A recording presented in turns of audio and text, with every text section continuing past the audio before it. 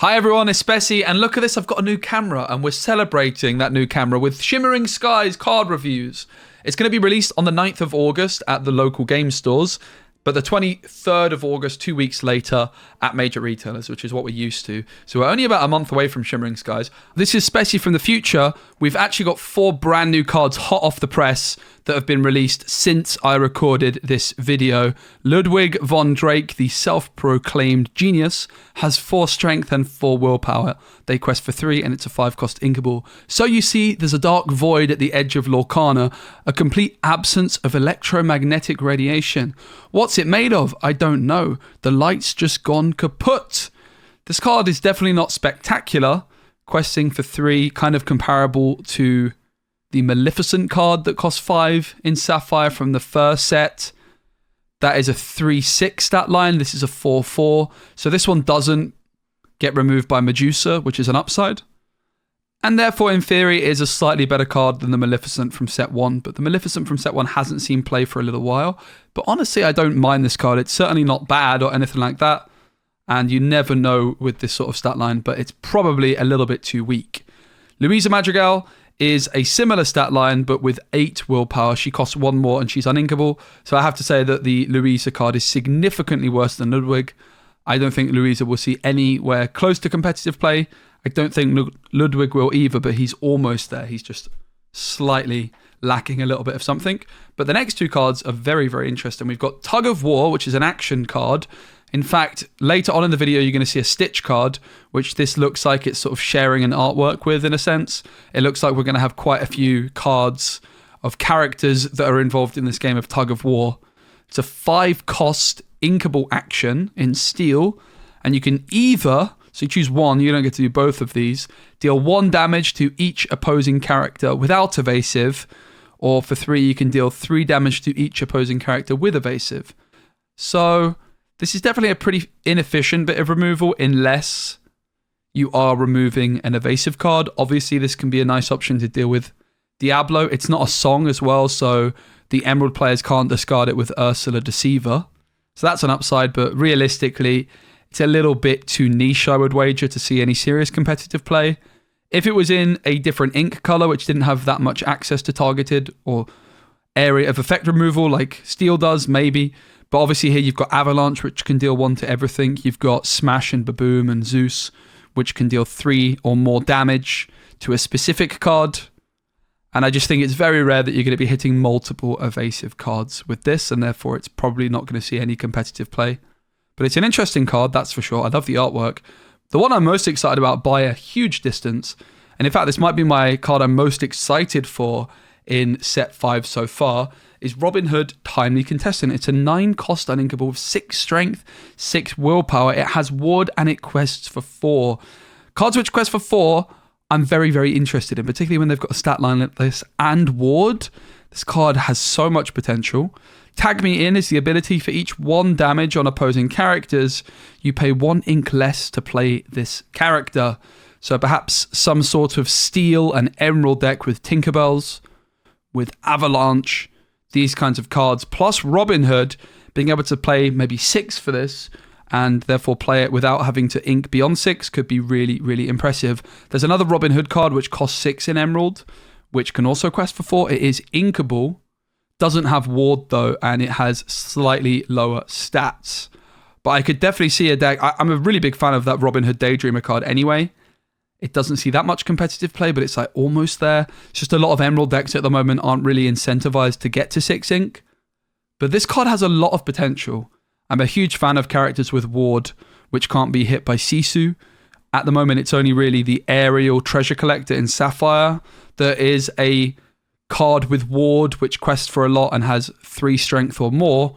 But Robin Hood is absolutely in that bracket as well, and it's going to be a serious option in a meta where if Sisu, the 8 cost from set 4, is still popular, then this is a really, really good option to play around that. So I'm excited for this one for sure. Let's look at the rest of the cards.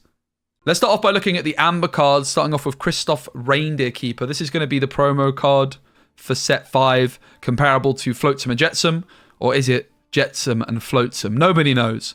This card is similar to Chernobog, but for song cards. It's 9 cost, uninkable, 3 strength, 7 willpower, quest for 3, Song of the Herd. For each song card in your discard, you pay 1 ink less to play this character, and it has Bodyguard. So of course it can enter play Exerted. So Chernobog you usually only want to play 1 copy of because it's putting those characters back into your deck. Whereas Kristoff, that is not the case necessarily. So obviously any deck where you're playing Ariel, Kristoff is going to be pretty interesting. If you have 4 songs in your discard, that Kristoff is just going to cost you 5. Obviously with a whole new world as well, you're likely to have an abundance of songs in your discard.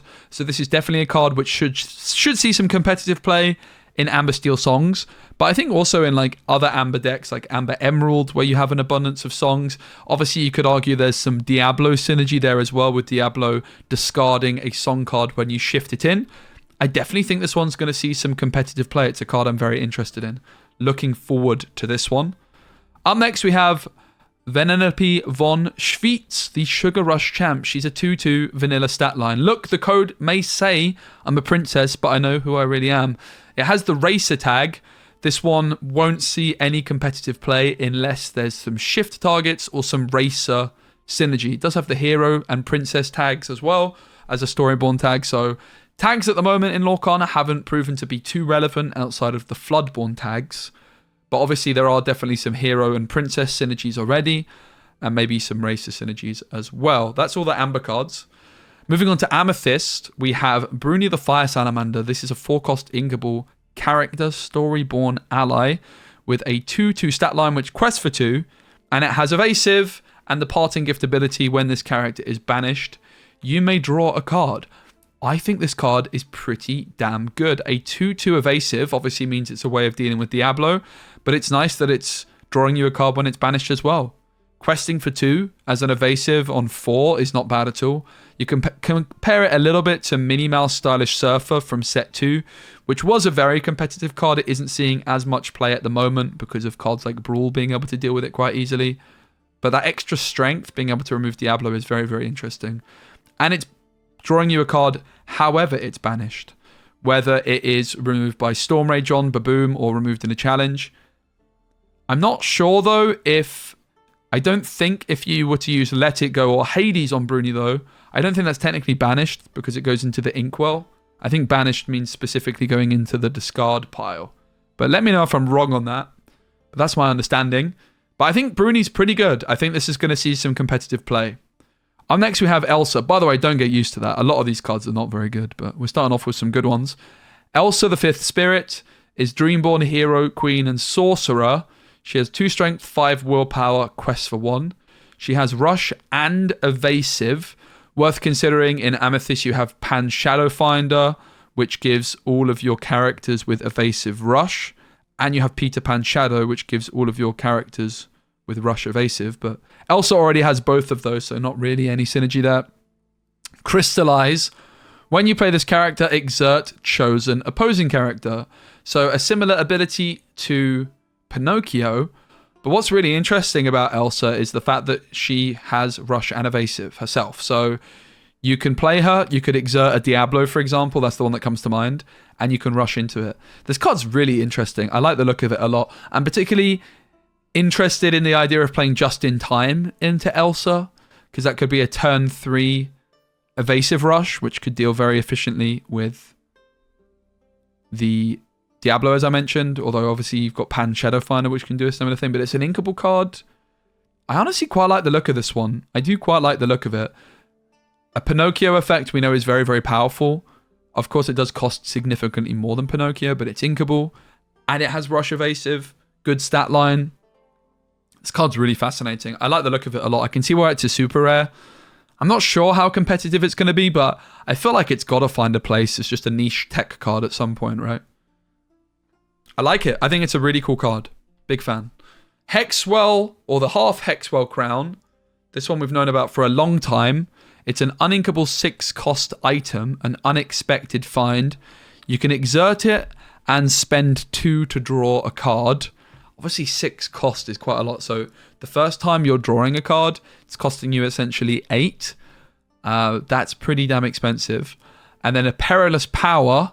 you can exert it and spend 2 ink to discard a card and exert a chosen character. So you've got 2 options. You either spend 2 to draw a card or spend 2 to discard a card and exert. This looks pretty terrible on the surface, if I'm honest. In Amethyst, you have an abundance of card draw anyway. What I do think is interesting with this card, though, is the synergy with Magicka Dispel, which is this 7 cost Amethyst card from Into the Inklands, which, when it quests, you gain lore equal to the cost of an item. So Magicka Dispel and Lucky Dime in the same deck, you have a couple of good targets for her, being able to quest for 6 or 7. And also in Sapphire, you have Scrooge McDuck, which is this 5 cost character with 3 strength, can challenge evasive cards. And if you banish a card in a challenge, you can play an item for free. So there's definitely some potential for half Hexwell Crown in a Magicka plus Lucky Dime deck. But outside of that, it looks pretty pants, if I'm honest. Just too expensive. If it was in a different ink color, something like Ruby, which really struggles for card draw, maybe you could make a case for it. But I really don't see this seeing any play outside of Magicka synergy. But Magicka could be a really good card. There's the potential of shifting it in early. Scrooge McDuck is honestly a card I've been kind of interested in this set. At the moment, Scrooge McDuck kind of suffers from there being a lack of good items available. So the consistency of it's an issue. Previously in set 3 Into the Inklands, Scrooge McDuck just didn't really seem that valuable. But 3 strength, being able to get rid of evasive cards, is obviously pretty damn impressive for a Diablo meta. So I do think that half Hexwell Crown could see some play there, but it's probably going to be more of a fun deck than a serious competitive deck. Added to that, though, if ever there was a color to play half Hexwell Crown with, Sapphire, where you have an abundance of options for ink because you're ramping, maybe you can get away with this a little bit more. I would wager it's not going to be competitive, but more of a for fun card. But maybe. Magicka is definitely a card I'm interested in testing some more. Next on to Emerald, we have Scar Vengeful Lion. This is a rare card, 4 cost inkable, 4 strength, 2 willpower, Storyborn and Villain tags. It quests for 1. It has Ward, and we know Ward can be a very powerful tag or very powerful keyword. Life's not fair, is it? Whenever one of your characters challenges a damaged character, you may draw a card. Whenever one of your characters, not whenever this specifically, but this or any other character challenges a damaged character, you may draw a card. So card draw tools are always serious options, and this can draw you an abundance of cards. So I can see Scar enabling some unorthodox ink color combinations. Obviously, Steel seems like the best fit for it because Steel's very easy to damage an abundance of characters. But and there's also Prince Philip, like this 9 cost inkable Floodborn from Ursula's Return, which when you play it wipes the board from any damaged character. Hasn't really seen any competitive play, but maybe there's some synergy between these two. I'm honestly quite interested in Scar Vengeful Lion. Like, Steel seems to make sense, but Emerald Steel, obviously we know, has an abundance of different ways to play. I wonder if maybe it could see play in a Emerald Ruby deck where you're sort of struggling for card draw. It's definitely an interesting card. My gut feeling is without more support from this set, it's not quite going to make the cut, but at some point this should just be good. A card draw engine which has Ward, so is very easy, very difficult to answer, is impressive. It can be removed by Grab Your Sword, which I think is pretty important to note, with only 2 willpower. It's an interesting card. I mean, the fact that it can draw you a card the turn it's played is nice. I'm not that huge on it overall, though. Maybe with Ruby as well, you can sing Be King Undisputed with it. That could be an interesting use case for the card. Don't know. I'm not super sold on Scar Vengeful Lion, but it's definitely got potential. Okay, these next 2 cards are maybe 2 of the most interesting cards that we've had revealed so far. We have Remember Who You Are, which this art very much reminds me of You Have Forgotten Me. It's an action card in Emerald. It's uninkable. It's also rare. If chosen opponent has more cards in their hand than you, draw cards until you have the same number. So, often with Emerald, we see discard game plan where you discard their hand. This is sort of the opposite. This is like an anti-discard card, but it's in Emerald. So if you want to play an Emerald deck which doesn't have a discard game plan, this could be the card for you. Some sort of aggro deck which dumps its hand very aggressively and then draws a bunch of cards. Now, maybe not even necessarily aggro, but this is just an enabler again for card draw in Emerald. And Emerald does struggle for card draw outside of Prince John, outside of Diablo. So again, I can see this being an enabler for unorthodox color combinations such as Emerald Ruby. If you don't want to go for the Prince John approach with discard cards, this could be a really interesting option. Also being in action can be discarded by Diablo, which can mitigate the fact that it's an uninkable potentially. This one's got to be good in the right deck, I think. This card just has so much potential. I do quite like the look of it. Also some Jafar synergy there as well. Jafar, you often dump your hand very aggressively. So potentially a option for an Emerald Jafar deck. Obviously there's already some options there with friends on the other side, plus Ursula Deceiver of All. There's also the second star to the right, Sing Together card. It's also uninkable. It's definitely an interesting card. You're not going to play it in that many decks, but I certainly think that you could build around this card and create something spicy. I think it's very good it's not a song. If this was a song, oh my goodness, I think it would be too strong. Being able to sing this would be great. But it's also worth considering the fact that when you do play this card on turn 4, that's one less. You can ink and then play this, which is like two. You can empty 2 cards from your hand the turn you play this, essentially, right? This plus ink. I think this card's good. I really like the look of this card. This one is really interesting to me. And up next, we do have a song. It's a 4-cost song. So obviously, good synergy with Ariel. There's also the Muses, which is a 4-cost character in Emerald, which has song synergy and has ward, and you can sing You're Welcome with the Muses. Shuffle chosen character, item, or location into their player's deck. That player draws 2 cards. I think this card's great. When I first saw this card on my live stream I wasn't super impressed by it, but I think this card's really, really strong. Again, Emerald does struggle a little bit in terms of card draw. I think Amber Emerald could really make use of this one. Being able to get rid of an opponent's card, and then you could potentially just discard the 2 cards they draw with a Prince John down on the board and draw more for that. Obviously, you could also just utilize this on one of your own cards. Like, let's say you play a Kida 1-drop, or a Lilo, or a Merfolk, which you're then kind of expecting to get removed. You could just use Your Welcome on it. Put it back into your deck. Draw a couple of cards. Bounce something back to your opponent's hand with the Muses. I think it's really good. I like this card a lot. I think Amber Emerald is particularly interesting for this one. Okay, moving on to Ruby. Ruby has so many cards actually revealed compared to the rest of the ink colors.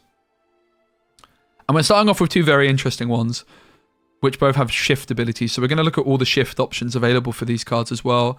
We have Ratigan the Party Crasher, which got revealed yesterday. It's a Floodborn villain. 5 strength, 5 willpower, 7 cost uninkable. It quests for 3, has shift 4 and evasive, and the ability Delightfully Wicked. Your damage characters get +2 strength. Let's take a quick look at all of the shift options currently available in the game. There's not many of them, and neither of them are great. I mean, let's not forget about Morph. Morph is probably the best shift option available, but equally, I'd be surprised if we don't see some cheaper Ratigan characters with this shift card coming out. We have a 4/1 evasive in Emerald, which I don't think I've ever seen played. And we have the uninkable Ratigan from Ruby, which this card's almost okay. I've considered playing this card with Just in Time in the Amber Ruby location deck, which is doing the rounds, but it didn't quite make the cut for me. But neither of them are going to be good shift options. So at the moment, Morph is your main way of shifting this in. But of course, there could be some more cards printed. I honestly don't really like the look of this card at all. I think it's... I mean, a 5/5 evasive, which quests for 3. Maybe I'm being a little bit harsh. 7 cost uninkable is pretty tricky. So I do think if there's a cheaper Ratigan to shift this on, which is good, it could see play. Otherwise, outside of Ruby and Emerald, I don't imagine it's going to see much play. But it could be good. It could definitely be good with the right setup. Your damage characters get +2 strength. I'm not sure how relevant that is going to be particularly. Obviously, Ruby does have a lot of characters which damage themselves, like Mother Gothel and Beast, and there's Rapunzel synergy there. I really doubt you would play this in a Ruby and Amber deck, though, again, unless there's some better shift targets. An uninkable 7 cost is very, very difficult to play in a Ruby Amber deck. So, while this card is exciting and looks great, I'm not convinced it currently has the support necessary to be all that good. But definitely worth considering the Morph synergy. Up next, we have Donald Duck Pie Slinger, and I cannot believe the amount of shift targets Donald Duck has. There's so many Donald Duck cards in the game, but they all kind of suck. Is this one any different? Well, it's a 5 cost inkable. It is a legendary. 3 strength, 6 willpower, Floodborn Hero Knight. It has shift 4 and 2 abilities. Humble Pie.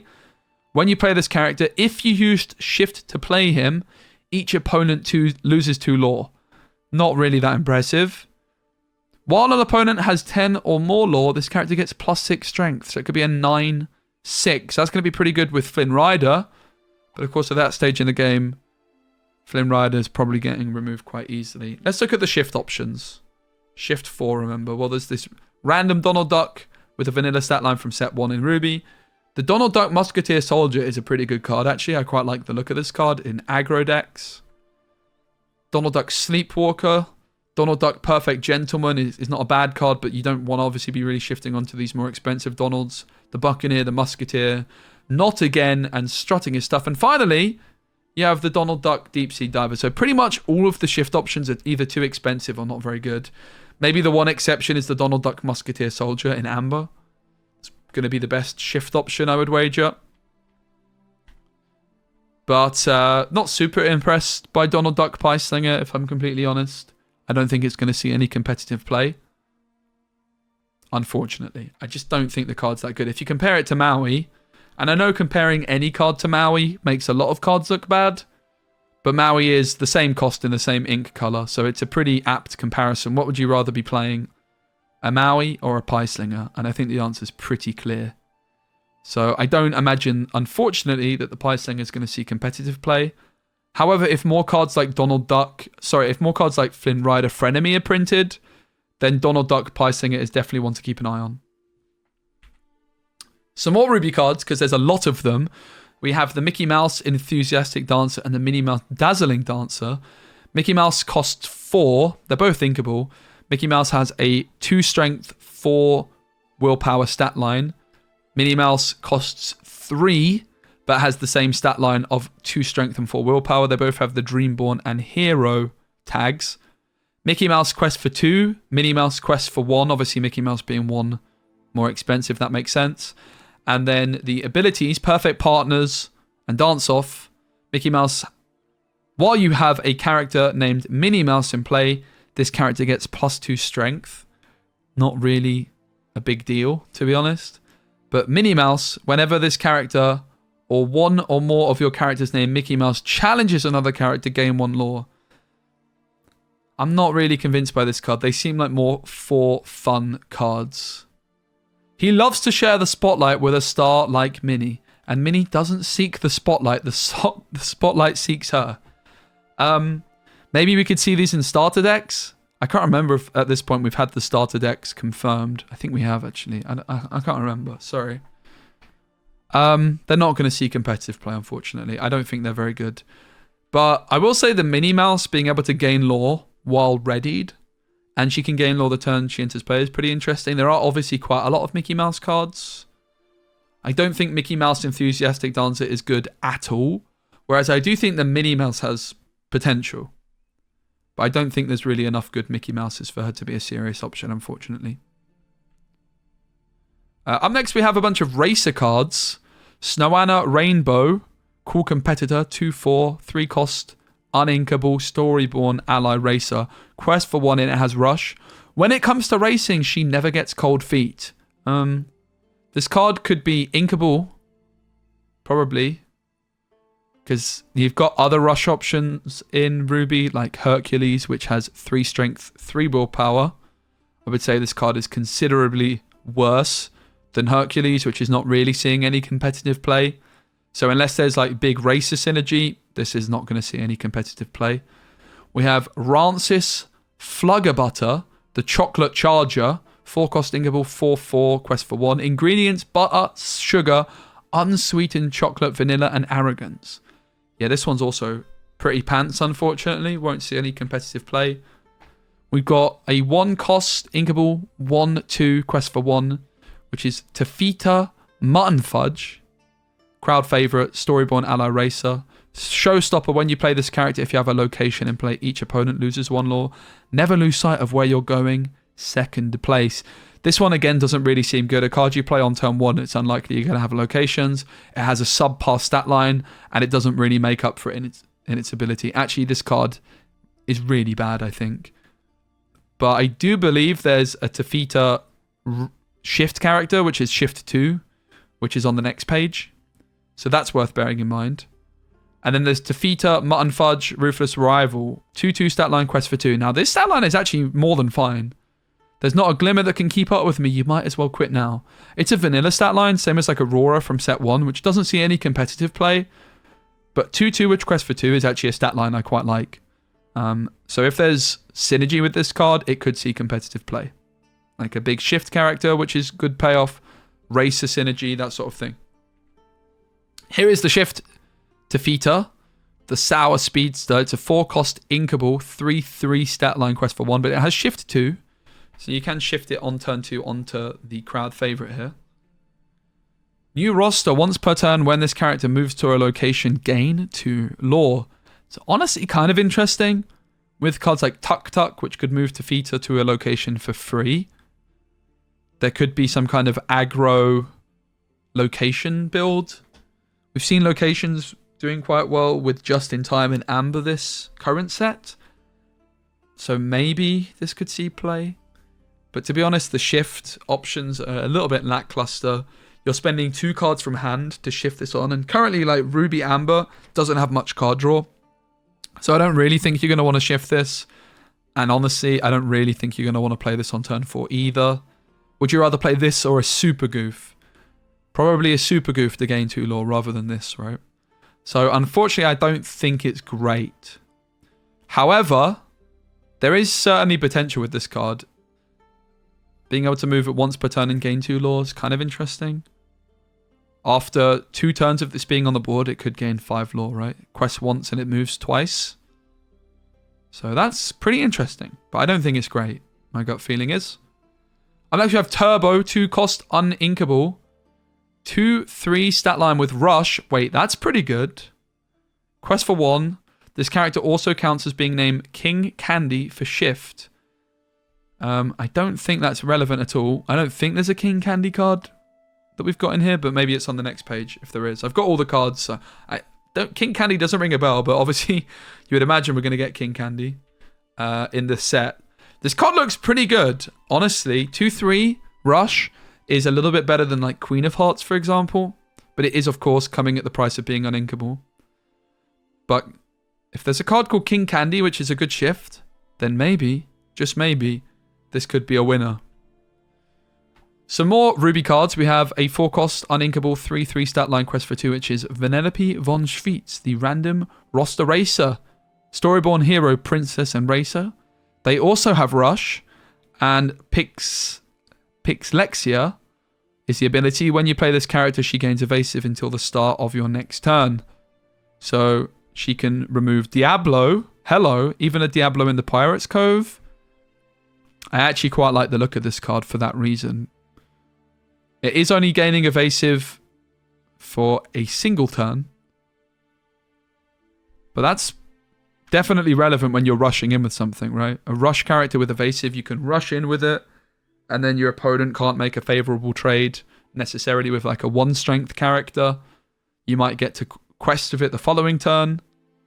Also, there could be some Rapunzel synergy with this card, considering it's easy to get damage counters on for it, and then it's going to be evasive and hard to remove.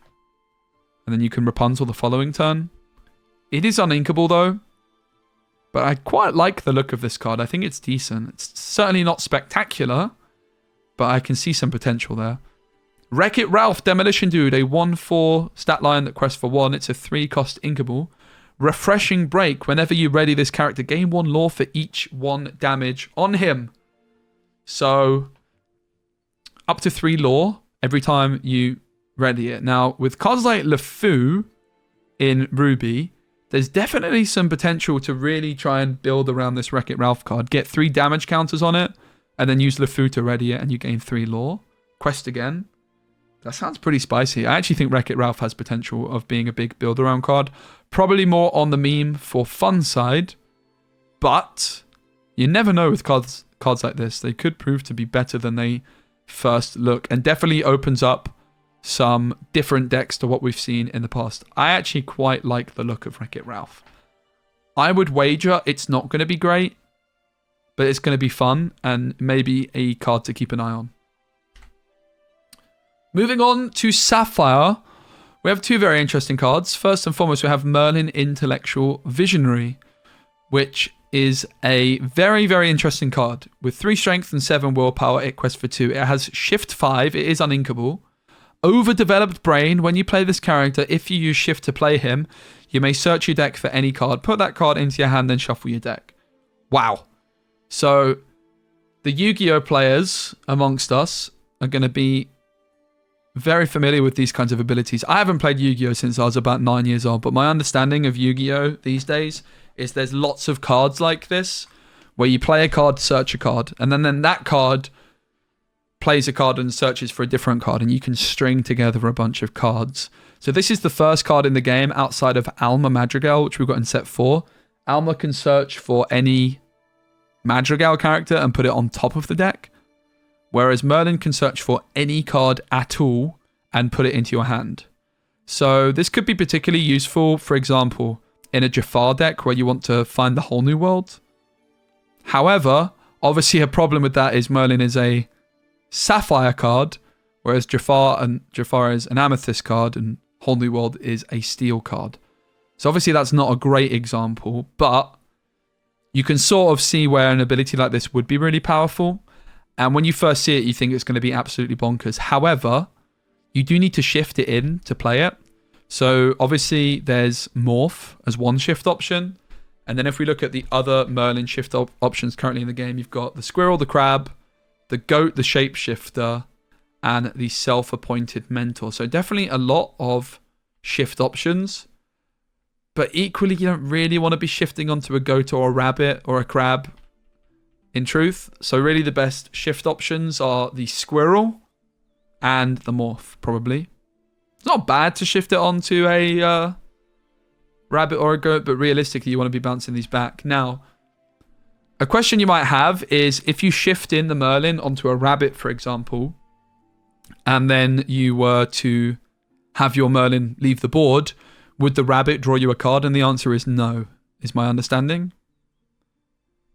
My understanding is no, because it's not really on the board, right? Even though it's still there, it's been kind of taken over. I didn't actually have the Rabbit somehow in the set of pictures, but Merlin Rabbit is obviously also a shift option for Merlin Intellectual Visionary.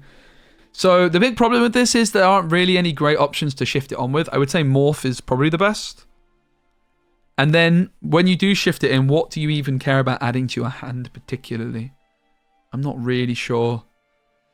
But this is definitely a very, very interesting card. I actually don't think it's great. I don't think it's going to be that competitive. I could see it down the line being very competitive. But for now, I think it's a super interesting card and one to take note of, because this kind of ability in 3 or 4 years on Lorcana, I would imagine is going to be a much more kind of common fixture. But for now, I actually don't think it's going to be great. Controversially, but who knows? Up next, we have Prince John Gold Lover. Now, this is an alternative artwork, I believe, which you can get from the, what's it called? Villainous board game. I think this is the card art which you can get only by buying the Villainous board game, which is interesting. But there's going to be a different artwork for the one in boosters. At least I believe that's the case. This is certainly the card which has an artwork which you can only get from Villainous. And I think it's this one.